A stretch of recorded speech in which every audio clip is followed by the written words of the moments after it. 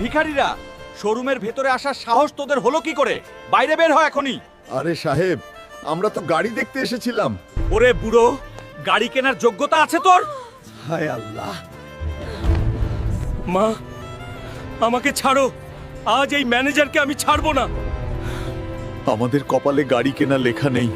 এই ম্যানেজারের অহংকার আমি যেভাবেই হোক অহংকার ভাঙবো। ও আমার বাবাকে মেরেছে, কিন্তু আমি এখন কি করি? শুনুন শুনুন, যে থ্যানোসকে হারাবে সে পাবে 1 কোটি টাকা। আজ সন্ধ্যায় কুস্তি। থ্যানোসকে হারালে টাকা? এই গ্রামে কি কোনো পুরুষ বেঁচে নেই যে এই থ্যানোসকে হারাতে পারে? যদি থাকে তাহলে সামনে চলে আসো। ওরে থ্যানোস, আমি তোকে হারাবো। কারো বাপের সাধ্য থাকলে আটকে দেখা। এখন কুস্তি শুরু হতে যাচ্ছে হাল্কু আর থ্যানোসের মধ্যে। বন্ধুরা, এখন আমার আপনাদের খুব প্রয়োজন।